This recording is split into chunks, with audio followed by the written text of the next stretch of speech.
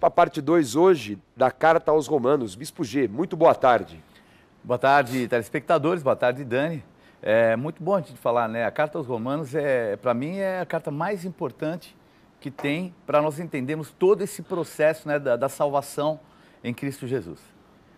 É a carta que foi escrita por Paulo na terceira viagem missionária, no finalzinho da viagem. Vamos ver aí no mapa para quais as principais cidades que Paulo escreveu as suas cartas. Então ele escreveu cartas para Roma, como nós já falamos, Tessalônica, Filipos, Éfeso, que inclui as cartas a Timóteo, Colossos, Galácia, que é a região norte ali da Ásia Menor, Corinto, que é a carta aos Coríntios, 2 cartas. Então aí estão as principais cidades para onde Paulo enviou as suas cartas, algumas escritas durante a segunda viagem missionária, outras durante a terceira, e as últimas cartas escritas quando ele estava aprisionado em Roma a partir do ano 60 depois de Cristo. Bispo G, nós falamos já de alguns temas polêmicos na última aula.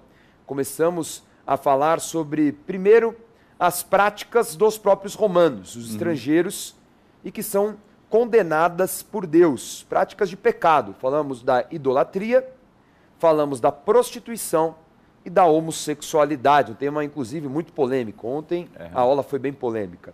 E agora nós vamos entrar já agora nos aspectos mais espirituais, no sentido do confronto entre a lei judaica e a graça, né? O confronto da antiga aliança, dos hábitos do Antigo Testamento, agora com a nova aliança através de Jesus Cristo. Então hoje nós organizamos aqui 5 temas polêmicos que nós vamos ler nos primeiros capítulos de Romanos.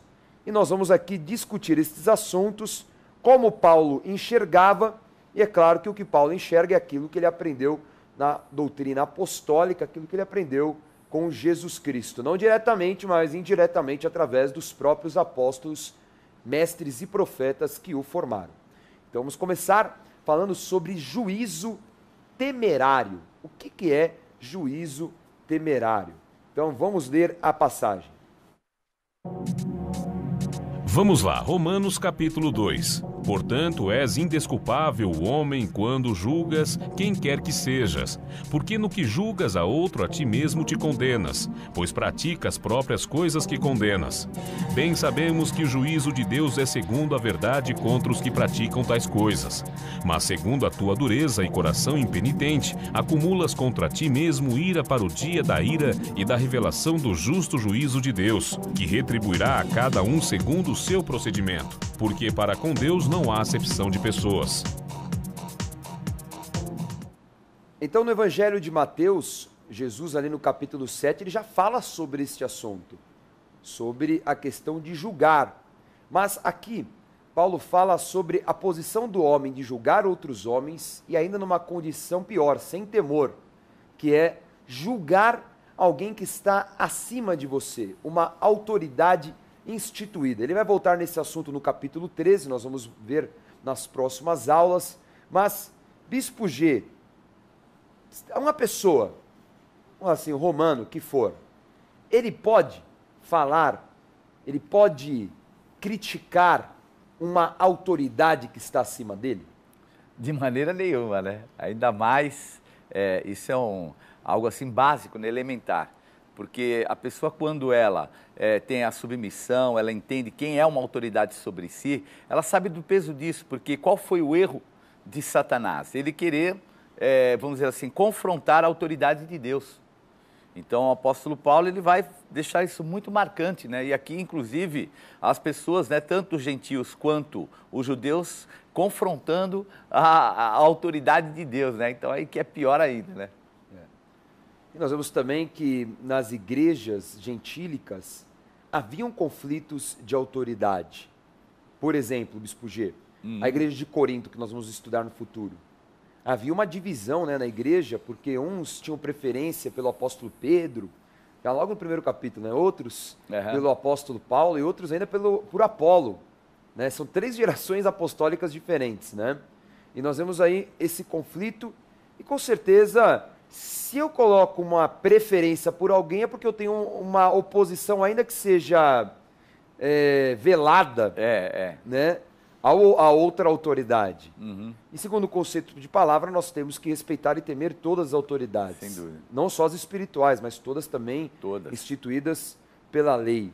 Agora, existe um limite, Bispo G, porque será que a autoridade espiritual ela pode ultrapassar a autoridade humana? Vamos supor, uma autoridade política? Então, nós vemos assim casos muito claros a respeito disso, né? Porque qual o conceito de autoridade? É você saber quem é a maior autoridade. Então, a maior autoridade é a de Deus. As que vierem abaixo dele, quando confrontarem essa autoridade maior, aí sim a gente pode, vamos dizer, entre aspas, desobedecer. Porque nós estamos fazendo o quê? Aquilo que é o mais correto. Porque às vezes você pode até obedecer uma autoridade acima de você, desobedecendo a de Deus. Aí isso é complicado. Então nós vemos que quando os apóstolos foram confrontados ali pelo sumo sacerdote, para não falar mais de Jesus. Não fale mais o nome de Jesus. E eles falaram, olha, desculpe, antes agradar a Deus do que a homens. Nós vamos continuar falando. E ali era o sumo sacerdote e o outro que era o sacerdote que também estavam ali. Então as duas maiores autoridades espirituais. Mas estavam fazendo o quê? Algo contrário àquilo que era a vontade de Deus. Existe, então, um equilíbrio de forças aí. Porque também, vamos dizer assim, o que vai dar o balanço de tudo isso, dessa questão de autoridade, é a santidade. Perfeito. Não é? Porque também eu não tenho o aval, por ser uma autoridade espiritual, de transgredir leis. E nem de ferir o limite entre o próximo. É uma coisa bem delicada, né? Porque como é que nós vamos fazer? Porque às vezes eu também, num ato de falar, não, vou obedecer a Deus ou desobedecer a pessoa que está acima de mim. Tem que ver o nível de comprometimento da situação. Porque às vezes até por uma pirraça eu deixo de obedecer uma ordem de alguém que está sobre a minha vida, por exemplo, um patrão, alegando que estou obedecendo a Deus. E o sentimento é errado. Agora, eu posso obedecer a esse patrão, contrário ao que seja, vamos dizer, uma lei espiritual de Deus, sabendo que a responsabilidade é desse patrão. Então, um exemplo banal, mas muito interessante. Por exemplo, teu patrão chega para você e fala, ó, fala que eu não estou. Então, a mentira não é da pessoa, a mentira é do patrão. A pessoa é só um canal. A pessoa é um canal. Agora, quem está mandando ele mentir é o patrão. Então, o patrão é o responsável pela mentira. Agora, vamos dizer que ele alegue. Mas, bispo, a mentira é do diabo, mas a mentira não é tua, é do teu patrão. Aí ele fala, mas, bispo, eu prefiro agradar a Deus. Tudo bem, vamos agradar a Deus, mas você sabe qual pode ser a consequência? Aí é que entra um outro lado, que nós vemos no livro de Eclesiastes. A Bíblia diz assim, não sejais sábio demais, nem justos demais, porque destruiria as obras das tuas mãos. Então, esse equilíbrio é um equilíbrio que somente quem pode dar é o Espírito Santo. Porque eu posso, vamos dizer, o patrão chega e fala para mim, fala que eu não estou, e eu posso falar, olha, ele não está, eu posso até falar, né, olha, ele falou que não está, né, aí complica mais ainda. Mas se eu chegar e falo, não vou falar, eu vou ser despedido. Se você tem fé suficiente para ser despedido, arrumar um outro emprego, glória a Deus. Agora, se você tem liberdade do teu patrão falar para você que não está e você fala consciente que a mentira é dele, você pode fazer de consciência tranquila. Agora, o que vai orientar isso? É o Espírito Santo de Deus, obviamente. Aí rola um bom senso. Bom senso. Que vem do Espírito. Porque a gente pode pegar um caso absurdo. Nós temos aí escândalos acontecendo em nosso país envolvendo aí grandes empresas. Isso. Certo? Vamos dar nomes, mas todo mundo sabe o que está acontecendo. Empresas que têm uma extensão nacional e tudo mais. Nós temos ali e vemos muitas pessoas envolvidas, né, em corrupção. Então, um funcionário de uma empresa dessas, vamos falar no alto escalão, não vamos falar em escalão pequeno. Vamos falar no alto escalão que ele sabe que está acontecendo uma corrupção, mas que ele é só o canal da corrupção, ele não é o mandante. E nem é participante dos benefícios. Não é participante dos benefícios. Ele é assalariado, ele ali está cumprindo um serviço. E aí? E aí? É aquilo que eu falei, ele tem que ter equilíbrio. se é alguém que está mandando e ele tem que obedecer, e ele tem que garantir, porque, sabe, é muito fácil às vezes a pessoa espiritualizar demais e falar assim, não, eu não fiz, ainda que eu vá embora, tudo bem. Espera um pouco, você tem família, você tem filhos, você tem compromisso. Como eu falei, se você tiver fé bastante, e a tua família também tiver, para você sofrer um desemprego, eu creio que Deus vai honrar. Se ele tomou uma atitude de fé dessa, eu tenho que honrar. Deus, eu creio que vai honrar pela fidelidade dele. Mas, ao mesmo tempo, existe um período que pode, o quê? Gerar algum tipo de destruição, de assolação, porque as coisas não são assim. Nós não lidamos com o gênio da lâmpada. Nós lidamos com as situações humanas do dia a dia. Se o cara tem fé suficiente e peito para segurar uma situação dessa, amém. Mas se ele é um canal e ele não é participante, ele está livre de qualquer tipo de sentimento, de corrupção ou qualquer mal. E na hora H, você pode ter certeza que ele não vai, vamos dizer assim, sofrer consequência danosa disso. Porque ele tem até como justificar. E um cara que passa por um processo desse tem como se justificar. É muito complicado porque como a lei julga isso? Estou dando esse exemplo porque ele pode ser tido como cúmplice de algo que depende do que é, né? Depende do que é, se é algo lícito. Se for alguma coisa ilícita, que eu falei, aí ele se torna participante. Mas ele pode simplesmente dar andamento numa papelada. Ele pode dar encaminhamento naquilo que lhe foi pedido. Pois é. Então aí é que vai Agora, entrar... se ele tem consciência de que é ilícito, de que fere leis humanas, o ideal porque ele vai correr um grande risco. Ele vai ser discriminado. Eu falo isso, Dani, porque eu já estive envolvido em política. Eu já fui muito discriminado. Tanto que você pode ver que quando eu fui deputado eu não pude concluir nenhuma das leis que eu coloquei para votação. Obviamente por quê? Porque, infelizmente, existem coisas que saem fora do nosso controle, vamos colocar assim. Mas ele tem que estar preparado também para ser discriminado. E é o que eu falei, se tem fé suficiente para isso, faça. Se não tem fé para isso, se prepare e se calce.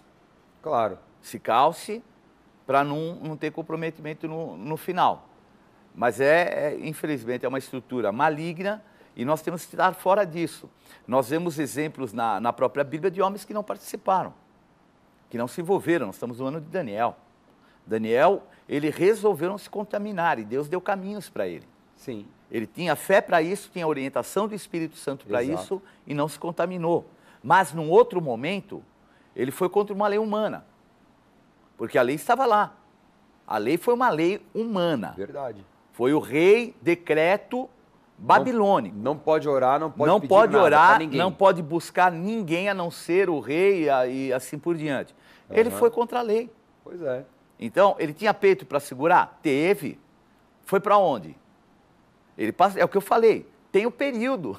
Passou pela consequência. Passou. E foi um grande risco. Um grande risco. Ele foi livre do leão, mas ele foi para a cova. É isso que a gente às vezes tem que ter equilíbrio, porque nós não podemos espiritualizar tanto as coisas, mas também nós não podemos nos vender à corrupção e nem aceitar o suborno ou qualquer outra malignidade. Porque há caminhos para a gente sair dessa situação. E nós vemos que no caso de Daniel, ele teve caminhos. E Deus deu os livramentos, mas nós temos que ter consciência também. Eu creio que Daniel, em toda essa situação, eu tenho certeza que também existiam outras coisas que aconteciam no reino, que ele tinha que fazer vista grossa. Claro. O reino de Babilônia, o cargo que ele ocupava, entendeu? Então ele tinha sua fidelidade com Deus. Mas, obviamente, as coisas que aconteciam em prol do rei, ele tinha fidelidade ao rei também. É difícil ser fiel ao rei de Babilônia e a Deus. Então, esse equilíbrio ele tinha a ponto de se manter no lugar alto, junto com um rei babilônico corrupto, e ao mesmo tempo se manter em santidade a ponto de ser um profeta naquela região. E esse equilíbrio é uma coisa muito importante, e quem é religioso não consegue. Perfeito. Por isso que Paulo trata esse assunto com os romanos, porque Roma era muito conhecida pelo potencial político. Então ali a política era forte e você pega a história de Roma, assiste qualquer seriado sobre Roma ou lê qualquer livro de Roma, é assustador ali. Sem dúvida. A gana pelo poder, a traição, assassinato, corrupção. Você vê ali, o negócio era muito forte. Muito forte. E Paulo vai tratando para que haja sabedoria sobre isso. Né? E é claro, nunca quebrando as leis de Deus. Né? Isso é o que está acima de tudo.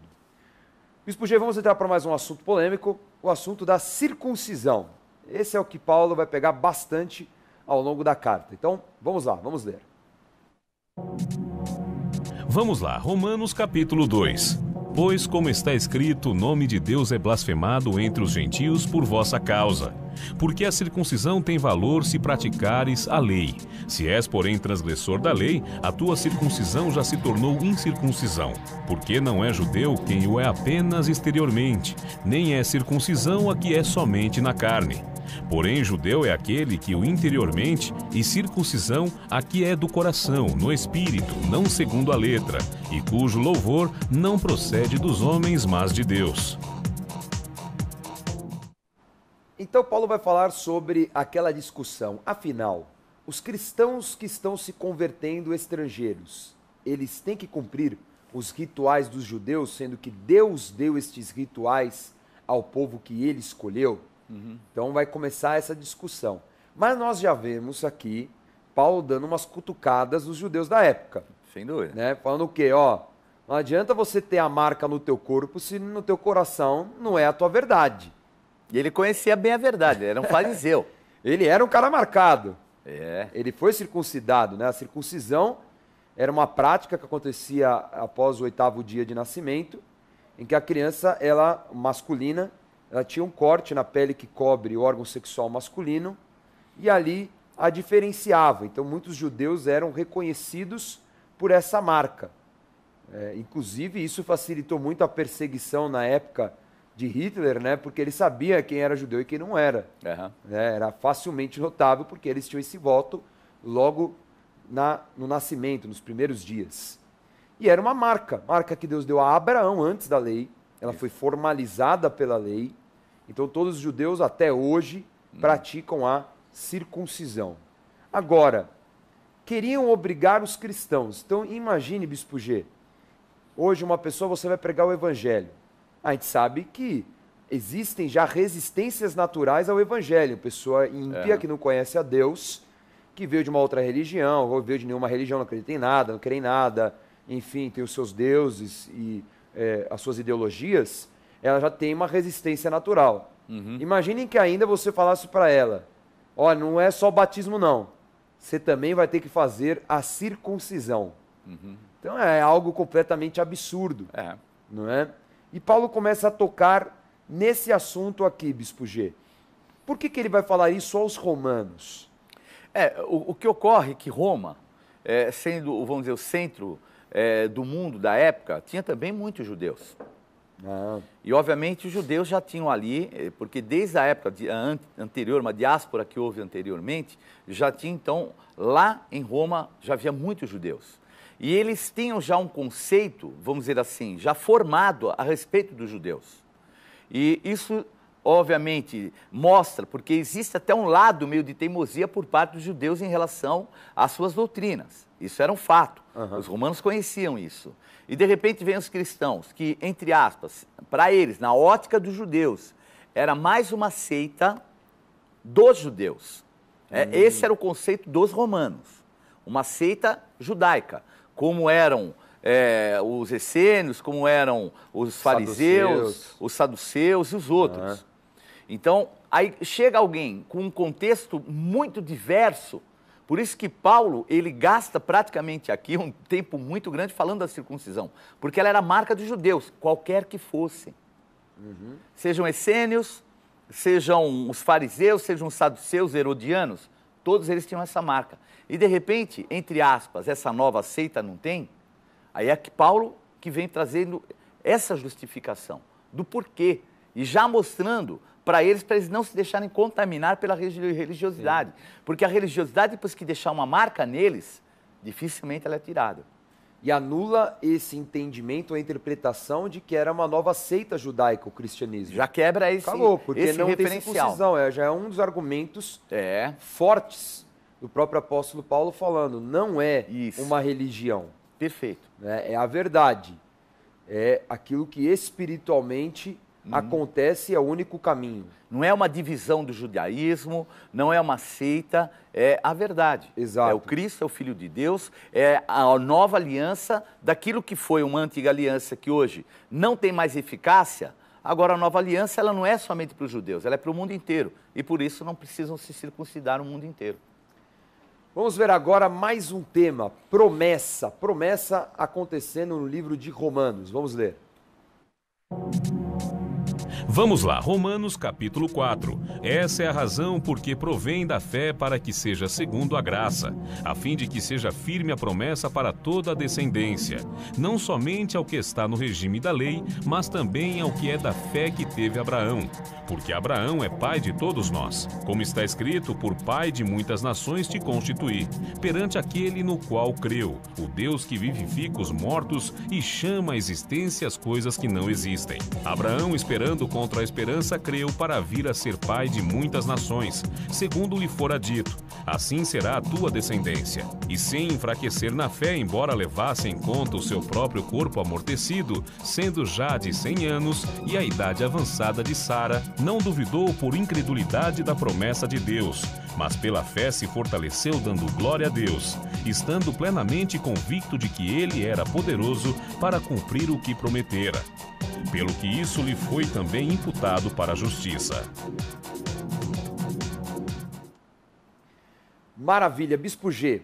Vamos ver aqui um personagem muito importante sobre o assunto que é abordado no livro de Romanos, que é a justificação pela fé, que é Abraão. Abraão. Então, já que as pessoas... Um assunto que eu gosto muito de falar é sobre dízimo. Quando eu falo de Abraão, porque as pessoas já falam assim, não, dízimo é da lei de Moisés. Não. Dízimo é algo que já era praticado por Abraão. Não é? Dízimo não está no Novo Testamento. Está em várias passagens. Hebreus 7, falando sobre Melquisedeque, a nova ordem sacerdotal. Falando de Mateus 23, Jesus ensinando os fariseus como dar o dízimo. Quer dizer, parou. Agora já para por aí. Né? Vamos parar por aqui já. Agora o ponto aqui, Bispo G, que nós vemos ele falando sobre promessa. E que nós temos direito também à promessa. Porque até então só judeu tem direito à promessa.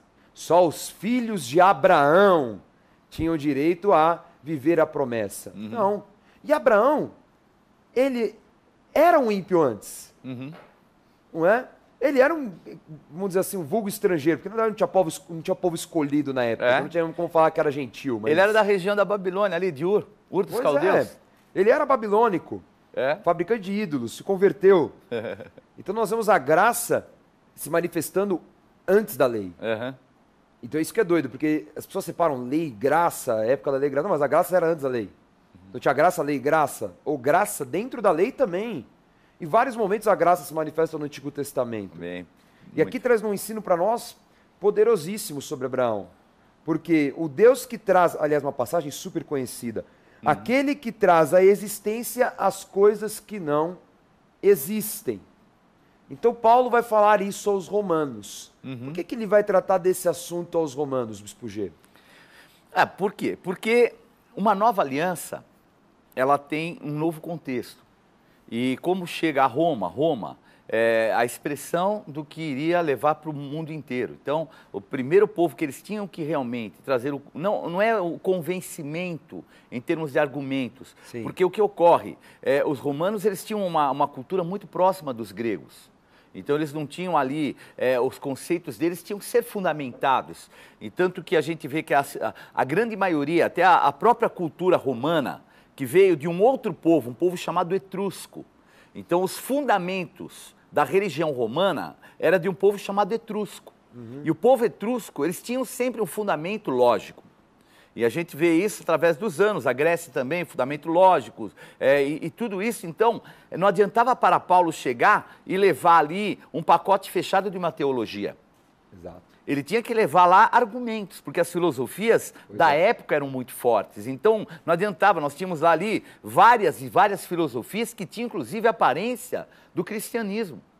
Então, o próprio Platão, o bem supremo, olha, tinham coisas muito próximas. E para isso o apóstolo Paulo teve que se desdobrar e ele usar esses exemplos e mostrando que Abraão era alguém que veio do meio gentílico. E um dado que eu acho que é muito interessante, Dani, que a primeira pessoa que foi circuncidada depois de Abraão não era judeu. É. Ismael. Ismael foi circuncidado antes de Isaac. Ismael, descendência árabe, da onde viriam todos o povo árabe, foi o primeiro a ser circuncidado. Olha só. Então vejam que a marca da religiosidade, ela é tão terrível que ela esquece alguns fatos que são importantes, porque agora eles atribuem que seja só para eles. E aí, como é que ficou Ismael, que foi o primeiro a ser circuncidado? Aonde é que fica a história deles? Então, já mostra que essa aliança abraâmica, ela já estava alcançando os gentios, porque os árabes são gentios, entre aspas. Eles têm, obviamente, o vínculo dos semitas, mas num contexto de povo, eles são gentílicos, porque eles não são judeus. O que é não judeu é gentílico. É gentílico. São os outros povos, as outras nações, né? Étnos, as outras etnias. Então, os próprios árabes, mesmo sendo descendentes de Abraão, eles são tidos como gentílicos porque a descendência não é a marca de descendência de Sem, é a marca do judeu, de Judá, a tribo de Judá. Então, vejam como é uma, vamos dizer assim, seria até uma discriminação. Eu acho que até esse fator de Ismael ter sido o primeiro já mostra que a marca da circuncisão espiritual já estava sobre os gentios. Perfeito. Aí ficou fácil, né, entender promessa. Assim fica fácil. Agora vamos para um tema mais difícil, Bispo G. Não que esse não seja também desafiador. Vamos falar sobre pecado. Pecado original, que é assim que é chamado pela teologia, o pecado de Adão, e que Paulo vai tratar também no capítulo 5 de Romanos. Vamos ler então esse texto e vamos discutir. Vamos lá, Romanos capítulo 5. Entretanto, reinou a morte desde Adão até Moisés, mesmo sobre aqueles que não pecaram, à semelhança da transgressão de Adão, o qual prefigurava aquele que havia de vir. Se pela ofensa de um e por meio de um só reinou a morte, muito mais os que recebem a abundância da graça e o dom da justiça reinarão em vida por meio de um só, a saber, Jesus Cristo. Pois assim como por uma só ofensa veio juízo sobre todos os homens para condenação, assim também por um só ato de justiça veio a graça sobre todos os homens para a justificação que dá vida. Sobreveio a lei para que avultasse a ofensa, mas onde abundou o pecado, superabundou a graça. Começamos a discussão sobre pecado. Então, o pecado ele tem sempre como resultado a morte. Não precisa ser a morte física, mas morte de muitas coisas, morte dos sentimentos, morte espiritual e assim por diante. Aqui ele vai falar que de Adão até Moisés reinou a morte. A partir de Moisés, então, deixou de reinar a morte. O que nós podemos atribuir aqui, será que essa questão dos sacrifícios da lei, que era uma vida por outra vida, porque a forma de cobrir o pecado era o sacrifício. Nós vemos ali Levítico, nós lemos Êxodo, né, a partir do capítulo 20, uma série de leis. E, os primeiros capítulos de Levítico são muito mais, vamos dizer, descritivos sobre o que deveria se entregar de oferta para tal pecado. Então, tal pecado era isso, tal pecado era aquilo e tal. É exatamente isso que Paulo está afirmando, que passou a existir a lei do sacrifício formalizada por Moisés, e aí a graça será um sacrifício único. É Perfeito. isso, Bispo G? Isso. Então, veja bem, esse contexto, Daniel, é um contexto muito delicado, porque algumas pessoas, ao lerem esse trecho que foi comentado, acham que a partir do momento que começou a lei, as pessoas eram salvas. Isso não é uma realidade. Então, a Bíblia fala que a lei, ela foi o quê? Um tutor, uma ama seca. O que é um tutor? O tutor é aquele que acompanha um menor até que ele tenha não só idade, mas maturidade para assumir uma coisa mais elevada. O homem não tinha essa estrutura. O que quer dizer? Até chegar à graça, porque a graça viria através de Jesus Cristo. Sim. E só com Jesus Cristo o sacrifício seria definitivo e aí a pessoa, sim, receberia a salvação definitiva. E nesse período, a lei funciona como um aio. E o que é um aio? Um aio é o que mantém a maturidade de alguém que é imaturo. Menino, não faz isso. Menina, não faz aquilo. É a lei. Então a lei segurou, vamos dizer assim, né? Vamos dizer assim, até num jargão mais antigo, segurou as pontas. Então foi ali aguentando, segurando, principalmente porque a lei foi escrita no deserto para um povo que era escravo e teria que se tornar dono de uma promessa, de uma terra prometida. Um abismo muito grande.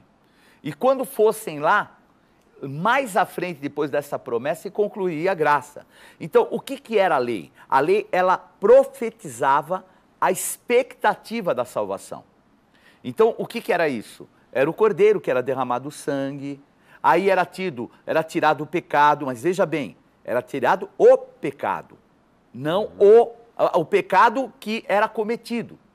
Então, era feito sacrifício pelos pecados, mas o pecado original, somente Jesus Cristo. Olha só. Então, a lei não conseguia e nunca poderia ter feito isso. Tanto que quando Jesus Cristo morre, e ele é o sacrifício definitivo, a Bíblia fala que ele vai e prega para espíritos em prisão desde a época de Noé. Então vejam que ali ele vai buscar o quê? Aqueles que poderiam, que tinham as promessas, que vinham obviamente até antes de Abraão, porque a lei não poderia chegar, a salvação não podia só ser para quem nasceu depois de Jesus. Então Jesus vai, então ele faz como o quê? Ele vai como se fosse contra o tempo, ele vai ali no lugar onde estão todos os mortos e leva a salvação que ele conquistou. Então a lei era algo parcial, profetizando aquilo que viria para o pecado original, que era Jesus Cristo e somente ele. Maravilha. E na próxima aula nós vamos falar sobre essa questão do equilíbrio, Bispo G, do pecado e da liberdade. Porque tem gente que bagunça isso aí, hein? Ah, não, então agora eu estou coberto, sou um escudo, tenho um escudo, eu faço o que eu quiser. Não é bem assim, né? Não é mesmo. Porque, como fala, o salário do pecado é a morte. Mas isso nós vamos estudar na próxima aula. Antes de nós revisarmos a aula de hoje, quero dar a dica Gospel Bay, que é a Bíblia Apostólica Renasci. É a Bíblia Apostólica anotada pelo servo de Deus, apóstolo Estevão Hernandes, com um encarte exclusivo para jovens, um formato menor, mais leve. Tem aí 12 ministrações para jovens. Material exclusivo para jovens, tá certo? Tá aí a capa bonita. E um material impressionante, né? Tem 40 estudos, 40 ministrações de oferta, 40 perfis de personagem, mais de 5.000 notas de referência. Esta Bíblia é incrível e você pode adquirir agora pelo nosso site gospelbay.com.br ou pelo telefone 3500-1222, que é o Televendas. E você vai receber com toda a comodidade e segurança na tua casa. O Gospel Bay é a loja virtual da Rede Gospel de televisão. Nova loja Gospel Bay.